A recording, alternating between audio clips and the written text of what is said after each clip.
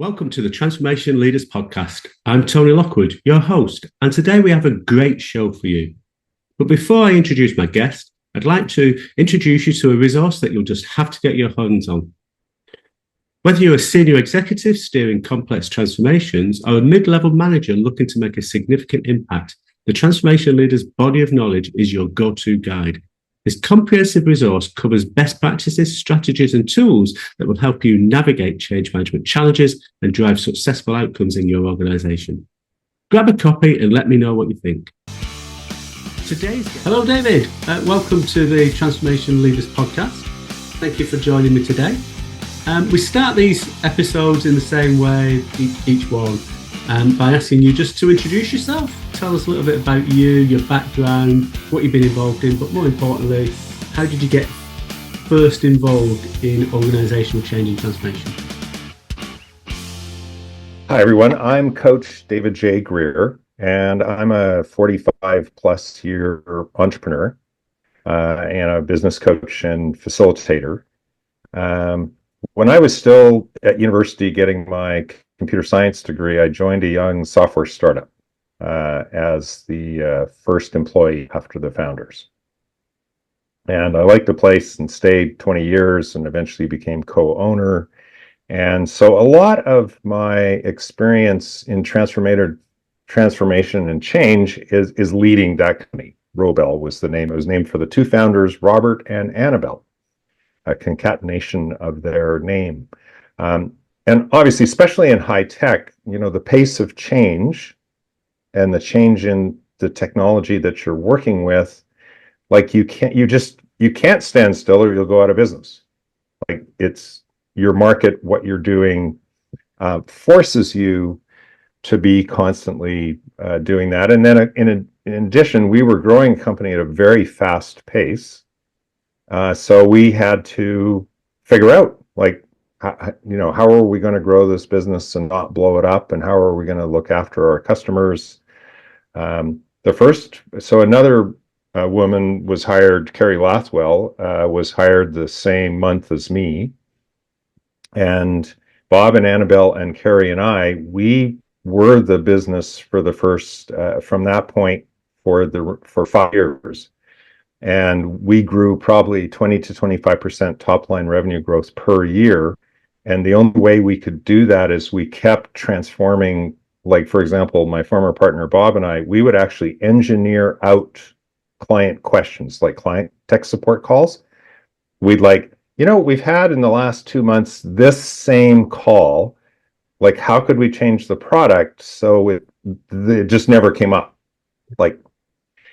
And we also transformed, how we did administration and simplified things so that we could sustain a level of growth with only 4 employees.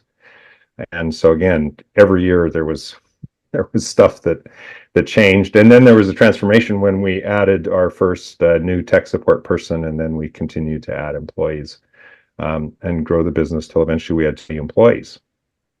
How many did you say?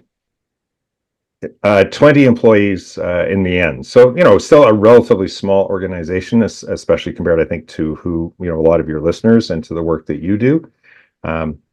But on the other hand, the software that we were selling was being sold to major divisions, including Fortune 500 divisions, that were then going to implement and create change for thousands and thousands of users. So we were always involved with the IT people to enable the change that they were bringing to the table by purchasing and implementing our software. So there was that aspect as well. And when did you leave that company and move into the coaching arena? So in 2001, I unexpectedly ended up out of the business. My former partner and I had a major disagreement, and we settled it by him buying me out. And the year before, my wife had sold her physiotherapy clinic, and someone smarter than me sat me down and said, your kids will never be 11, 9, and 5 again. Absolutely. And I had literally, if your listeners can imagine, the most cheesy, cartoonish light bulb, over my head moment. I had it sitting in the chair when this woman asked me that question. And from that, we decided to commission a sailboat in the south of France and take our 3 kids and homeschool them for 2 years while sailing more than 10,000 kilometers in the Mediterranean. Wow. What an experience for you and the children. Exactly. A lot of growth and change in that. And then I came back. I did 3 years of angel investing in startups, like working for options. I didn't realize how unfulfilling that was until I met an amazing coach in 2007, and I hired him. And then he helped me get back into a series of executive roles where I was principally a senior sales and marketing leader. But I was usually working directly with an entrepreneur friend of mine and helping behind the scenes with like the strategy and some of the bigger picture things. My last gig there was with a telematics company. That's a company that has devices you bolt to trucks and cars and tracks them in real time and then provides information to better use the fleets, the people.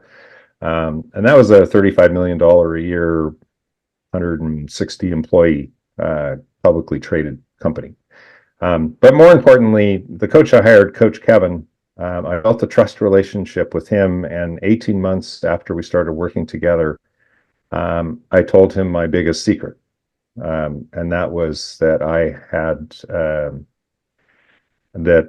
a challenge with drinking, and my challenge was actually that I was an alcoholic. Right. And he coached me to 12-step recovery, and I've now been sober for 15 and a half years, and that personally has been the single biggest transformation of my life. Yeah, yeah. But to get to the final piece, which I know it's a long answer, but I'm an old guy, and the coaching bit. So when I came out of WebTech Wireless, which was the telematics company, I realized that I had worked as hard in the previous 3 years as I probably had in any time in my career, and now I'm in like my mid-50s, and I decided I did not need to prove to anyone I could work hard. Mhm. And so, I worked with Coach Kevin and decided to become an entrepreneurial coach and facilitator, largely to give back to entrepreneurs the gifts that Kevin had given to me. Yeah. And so I launched that practice 9 years ago. I launched a book, Win Your Sales, Vital Strategies that Accelerate Your Entrepreneurial Growth. And then about 4 years ago, I decided to become public about my recovery, and I specialize in helping entrepreneurs who are challenged by alcoholism or addiction. Wow, no, I do appreciate that. That's really interesting. Thank you for that. And just so there's just a few transformations in that 40 plus year journey. Absolutely. Which leads me on to the next question, which is, how do you define transformation? Probably with what you've just said, there's two types of transformation. There's the personal transformation, but also then there's the organization business transformation. So we're more focused on the organizational side rather than the personal transformations, but it'd be useful just to get your perspective on that question. So since you and I first talked, I've reflected on this question. I think it's a fantastic question. And I have the same answer for both personal and organizational, Mm-hmm. which I believe transformation is a change in belief systems. Right. So it's a change in some belief, a belief that you have yourself for the personal transformation side, or it's a belief that an organization or the people in the organization have that needs to change in order to create the transformation. And those beliefs lead to behaviors personally, and those beliefs at the organizational level lead to organizational behavior. And I think you have to start with changing those belief systems to create change. Now, I did want to share with your listeners a really interesting corporate example, which is in process. It's not done yet. It's more applicable to our American listeners, but I think all of us can relate to it, which is Southwest Airlines has been in business for, I believe, 50 plus years. And they took a page of Jim Collins' book, which Jim talks about SMAC, which is specific, methodical, and consistent operations and like really boiling it in. And Southwest is a master at this. And a big part of their branding and their smack is that they don't pre-assign seats. Yeah. And the management, the senior leadership at Southwest have decided, they've changed their belief that they around how they compete, and they believe they no longer can in the current airline environment without having premium seats and pre-assigned seats. Right. So they have announced that they're going to do this, and there's already been a lot of from clients. So it's a lot of us in the leadership space are really watching, like, this is so transformative. Like, to take something that was core, it was a founding principle of the airline 50 years ago, and to have the courage to make the decision, like, that things have fundamentally changed enough in the market that you need to make this change. And then, of course, there's tens of thousands of employees at Southwest, and hundreds of thousands of repeat customers. So this is in process. They've made the announcement. They haven't actually made the change yet. And this is one a lot of us in the leadership and coaching space are really watching with interest, because it's going to be really interesting to see how Southwest manages to do this, and what it's going to look like a year from now.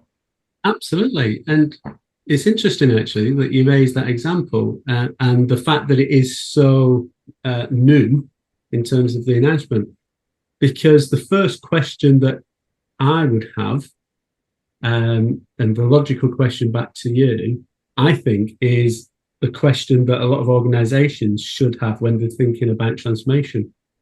Why? What's the why behind that decision? And it'd be interesting to see how Southwestern communicate that why. And Right. Because I think that's probably the first part of helping to change those beliefs within the customers, within the employees, ultimately the behaviors. Yes, and to answer it more broadly, like, I do a lot of work around strategic planning, and I work with, and I also coach. Like, I only have high performing clients as a general rule, right? Like, they're high performing entrepreneurs, and these entrepreneurs, it's high performing people in general, are all on to the next challenge. And they're often on to the next challenge and already, like, rolling up their sleeves and, like, figuring out how to go, like, solve this. And I often pause the conversation just the way you did, which is like, why? Or can we take this challenge and can we flip it over and see it as an opportunity? So rather than, like, solving the actual challenge, could we somehow operate the business in a different way that would give us new opportunities? And why would that be important? And I often ask that why. I focus more on why and what, and much less on how. Because I think, and also a lot of high performers, and I come from the high tech background, so we're engineers, right? We're computer scientists. So everything is about how. There is no other question. So it takes a lot to, like, remind. And I have some high-tech entrepreneurs as clients, and I got to take them back to, why'd you start the business? Why is this important? What impact will this have to make this change? Whereas they're already 2/3 of the way down the road of actually implementing it. Yeah, no, absolutely. And that happens all the time, doesn't it? Someone gets an idea, they run with it because they think it's a really good idea, but not really with clarity around what it is that they're doing. But as you say, why is it important? What's the impact upon and everybody else? And is it being driven by the customer? Is it being driven by internal efficiency? All of that stuff, it almost gets ignored because actually I've got a really good idea and go with it. It's that sort of next shiny object syndrome, isn't it? Yeah, or like, I had a client yesterday, a very successful family business, and he has, they're in the wholesale seafood business, and they have a certain number of mistakes. And he was, well, what do you think if I hire checkers and this and, and finally, he was so kind of entrenched in solving the problem his way. I finally said, could you take the driver manager and the drivers and maybe a couple other like pickers, and could you just put them in a room and could you just facilitate a discussion around here's a problem and I want to see less of it. Right? And don't offer any of your solutions. Like just listen. Because I said, first of all, they probably have better ideas than you. Yeah. Because they're the ones who do it. So they're experiencing it every day. And even if they come up with your idea, they will implement it and buy into it way more when they feel it's their idea. The ownership. So, yeah, and the ownership piece. And again, as leaders, we so often often we do have the experience that it is likely the best solution. But I think it's really important that we be open that we're wrong and that we go to the source. I think in organizations, it's probably one of the things most organizations could improve is going lower down in the organization to the people who actually have the interactions with customers, who actually build things, who actually move things around a warehouse. Like you can say, again, our goal is to be the top 20% most profitable business in our sector. And right now we're at 50%. So I'm challenging all of us to find a way to be more profitable. Because I'm the owner of the company and I want us to be more profitable. And that is an owner's prerogative. And as an employee, you don't necessarily get to agree or disagree with that. That is the owner's prerogative. But at least the owner's been clear, right, of what the goal is and what has to happen, and then is looking for individuals to come up with, and I did this at my time at Robel. We had a little flat turn one year and I challenged the company to find $100,000 savings without laying anyone off in 1 year. And they hit and I didn't say, I offered no advice as to where you're going to find it. And they found $100,000 plus of savings. 9 times out of 10, I find that, if there's a problem within the organization, the people that are most likely to understand that problem and have a good idea of how to resolve it are those frontline staff that are dealing with it daily. And it's that upside down management, that belief that actually the most important people in the organization are the people that interfacing with your customers, and everybody else within the organization is there to support them and support the people that are supporting them. And as managing director, CEO, or whatever, you're there to support the people that are supporting the people that are supporting the people that are supporting the frontline people. And having that mindset and that mentality, it delivers significant added value, rather than the traditional, I'm the big cheese and you'll do as I say. Yeah. And it's probably just nuance, but instead of support, I use the word, how do we make that individual successful in their role? So again, it's really about focusing on their success. How will they know that they're successful? Like I work in a framework by a guy, Vern Harnish. His books are The Rockefeller Habits and Scaling Up.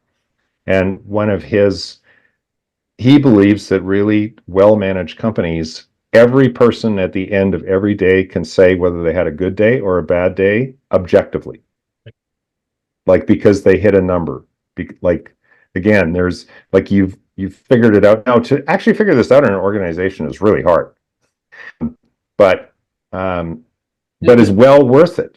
Yeah, but I think the challenge is we're coming into sort of back into the sort of general change and transformation world, is giving people and helping people to get clarity around their role and the way that they will get measured, and giving them that, and allowing them to understand what that means as they go through whatever change you're trying to get through.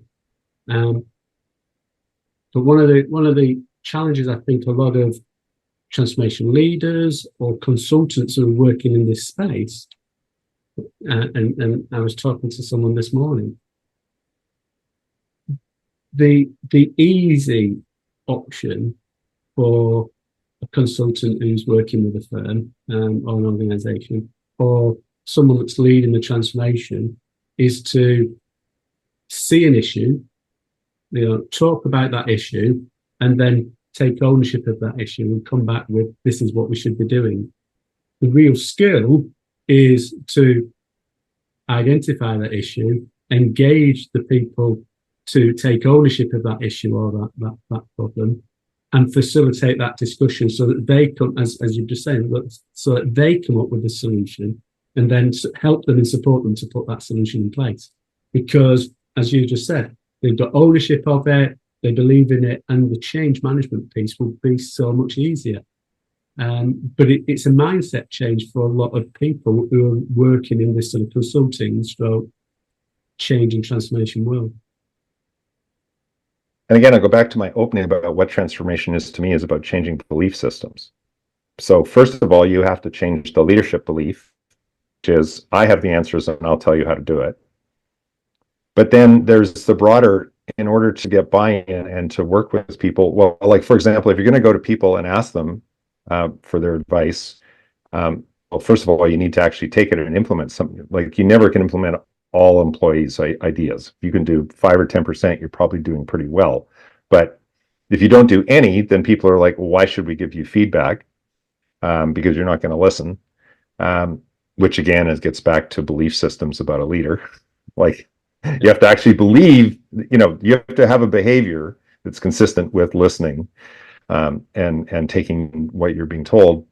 But you also may have to work pretty hard on the belief systems in the organization. Like, you hear a lot of the, we've always done it this way, which then gets back to your opening question of, you got to be very clear on why. That's true. We've always done it this way. And our goal now, like in Southwest Airlines, our goal is to become more competitive against our competitors. And we've identified that this is what customers want. And so, yes, we've always done it that way, and we need to do it differently in the future if we're going to survive as an airline. Right? And so again, it's working with people's belief systems and showing them that the current belief system is not going to work going forward, and what the new system needs to be. Absolutely. We talk about within the transformation world, and I talk about the transformation canvas, and one element of the 9 pillars within the canvas is the business model, and the key question when you're looking around the business model is, how do you deliver value to your clients or your customers? And all too often, coming back to the point about the next shiny thing, you come in with an idea, that can actually start to detract very quickly the value that you're delivering to your customers, but they think it's a good thing to do. Right. Almost, you've got to step back and say, okay, look at these 9 areas, and where is it going to have an impact, a negative impact on any of these areas, or do we need to make some adjustments in these areas to allow that to happen at the optimum? So it's quite interesting that Southwest have come out and said, actually, we're driving this change because it's being demanded by our customers, and if we're going to survive as an airline, we've got to adapt and we've got to change, so that they Yes. understand that value that the customer is driving towards. And I would say Southwest, more than most airlines, truly understood a lot of its value. And it also understood how it could deliver very low cost tickets.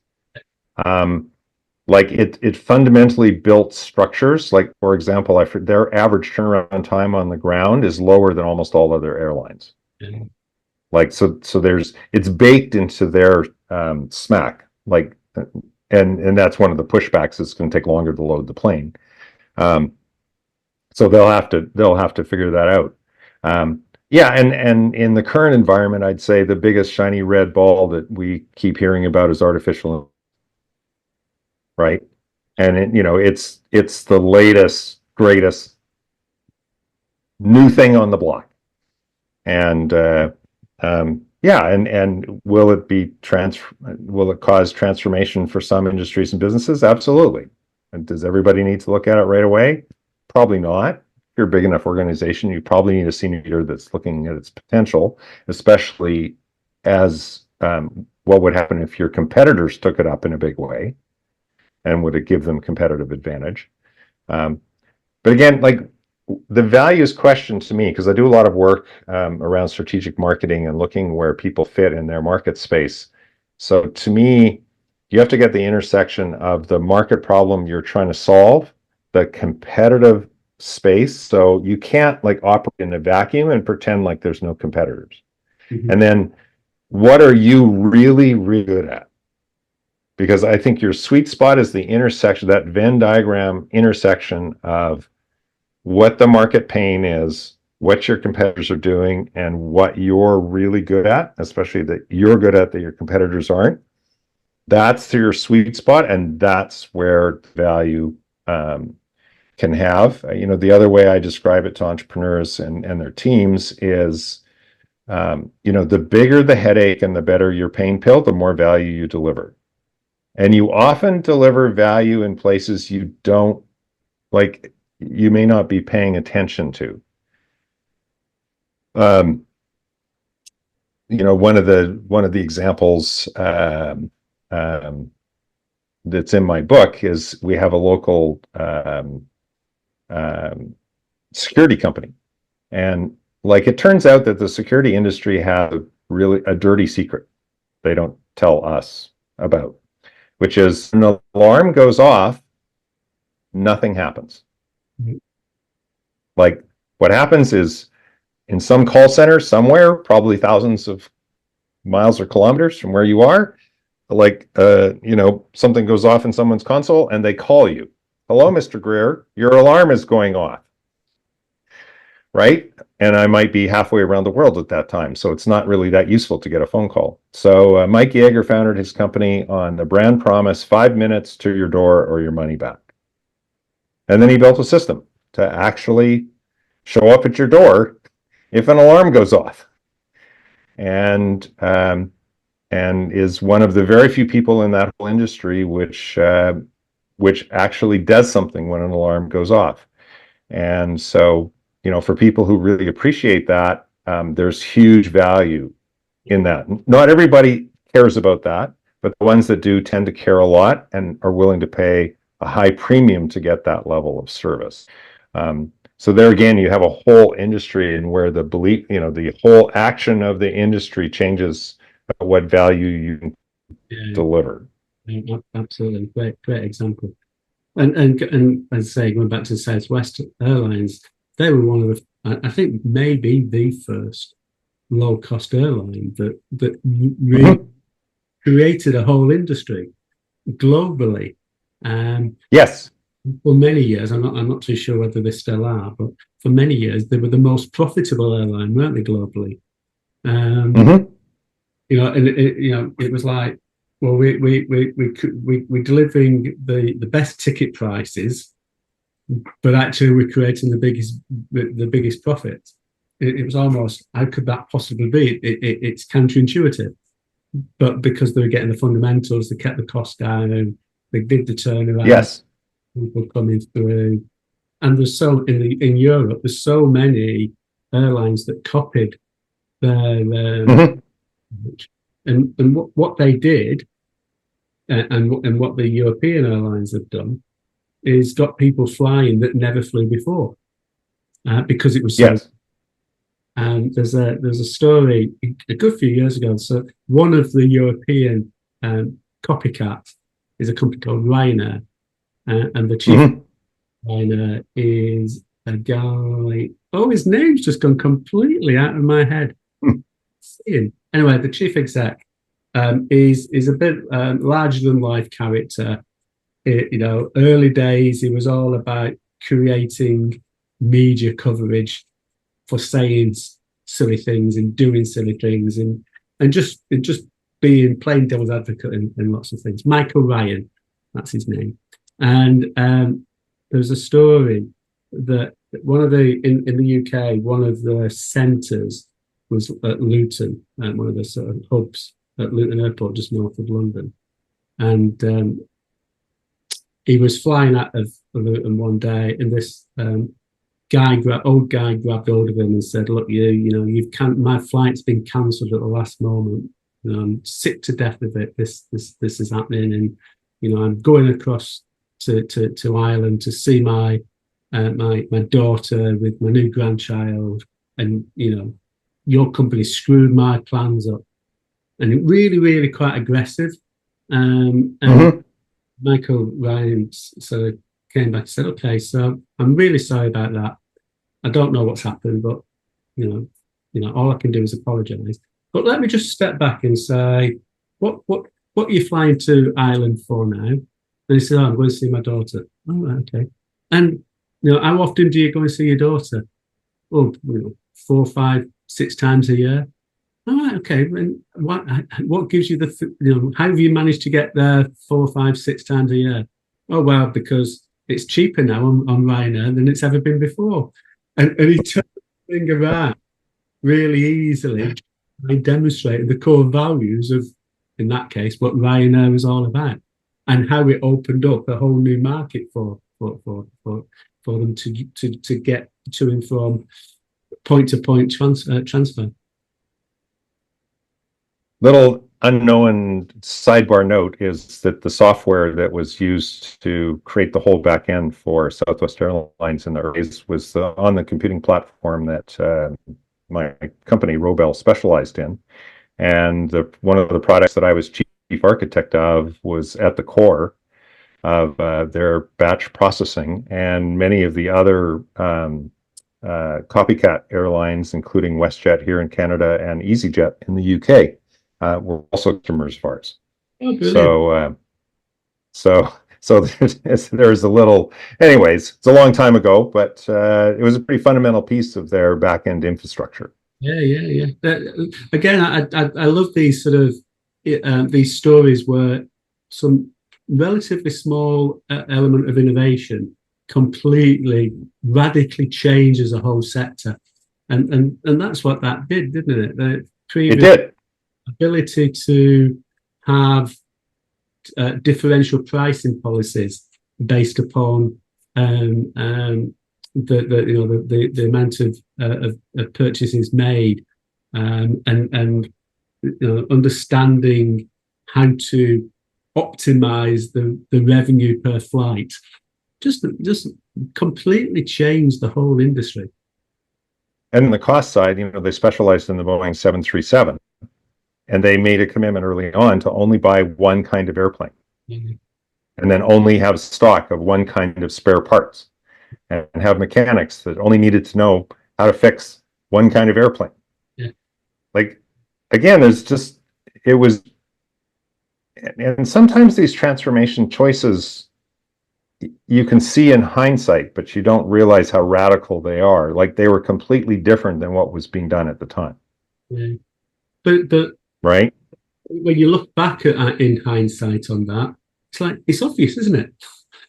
but it always is. But the problem is, it's not obvious looking forward. It's only obvious when you look backwards. But there's so many lessons that people can learn from that approach of saying, let's standardize, let's stay with just, let's ensure that everybody understands that, and let's move forward, as opposed to going in and lots of different directions all at the same time.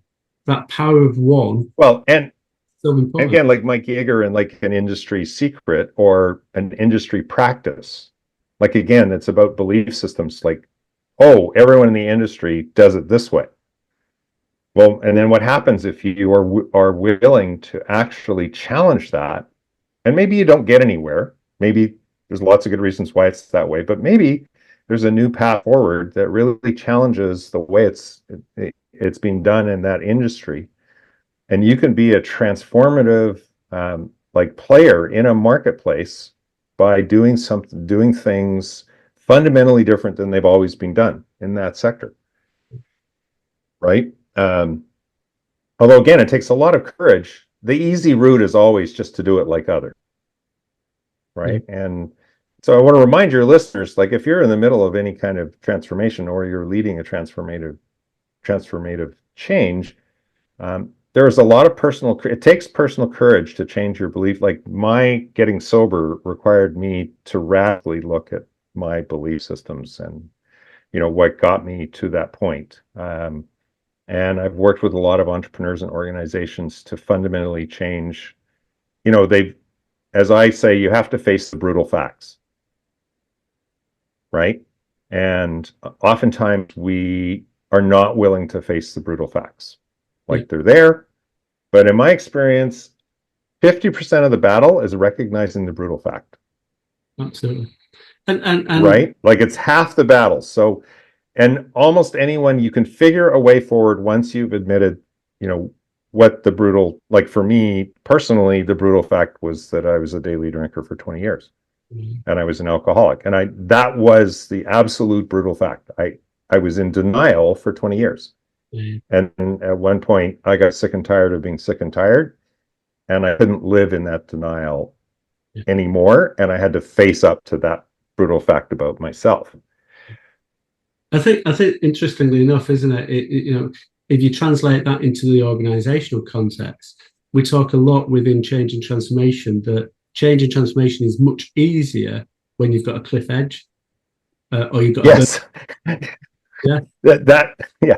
To some extent, what I found is that even if you haven't got a burning platform or a cliff edge, if you create one, making some absolute commitment that actually this cannot continue in the way that you obviously did, came to the conclusion that actually I can't continue to have a drink every day.